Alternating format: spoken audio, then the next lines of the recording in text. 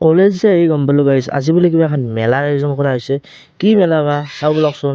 মানে কলেজৰ ষ্টুডেণ্টবিলাকে মানে কাই কি বনাব পাৰে মানে তাৰে ওপৰত এখন মেলাৰ আয়োজন কৰা হৈছে। তাত মানে বস্তুবিলাক বনাই বিক্ৰী কৰিব পাৰিব বাৰু। ভালদৰে কৈ আছোঁ আগতে একবাৰ চাই লওঁ ব'লকচোন মেলাখন। দোকানবিলাক বাৰু ৰুমৰ ভিতৰতে দিয়া হৈছে বেছিভাগ। ৰুমৰ ভিতৰত যে আহিছে মানুহ কিন্তু বহুত হৈছে দিয়ক, মেলাখনৰ সমানে হৈছে। ৰুমৰ বাহিৰতো বাৰু এখন দুখন দোকান দিয়া হৈছে।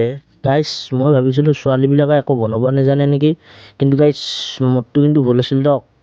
বহুত বস্তুৱে বনাব জানে। এইবিলাক চাওকচোন মানে মই দেখি মানে বহুত আচৰিত হৈ গ'লোঁ। মানে এনেকুৱা বস্তু বনাইছে মানে চাওকচোন কি মজা মজা ফুল বনাইছে এইবিলাক। মানে সিদিনা মই 50 বিধমান পিঠাৰ নামেই শুনিলোঁ।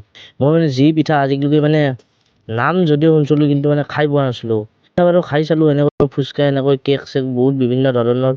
তাৰপিছত এনেকৈ এখন কিতাপৰ মানে দোকান আয়োজন কৰা হৈছে। মানে মেলা না মেলা এখন। যদিও গাইজ কলেজৰ ষ্টুডেণ্টবিলাকে মানে দোকানবিলাক দিছে কিন্তু গাইজ জাম হৈ গৈছে জাম। তাৰপিছত এনেদৰে ছাৰ বাইদেউসকলে এনেকৈ চালে দোকানবিলাক। ছাৰ বাইদেউসকলে অলপ টেষ্টো কৰি চালে। যিহেতু গাইজ জানো আমি সৰ্থেবাৰী কাঁহ পিতলৰ বাবে বিখ্যাত।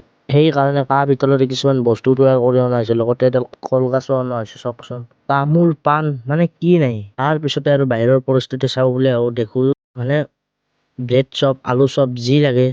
এনেদৰে মেলাখন অলপ চালোঁ তাৰপিছত আৰু দিয়ক তে গাইজ আজিলৈ এৰিছোঁ আৰু লগ পাম মই এটা অন্য ভিডিঅ'ত।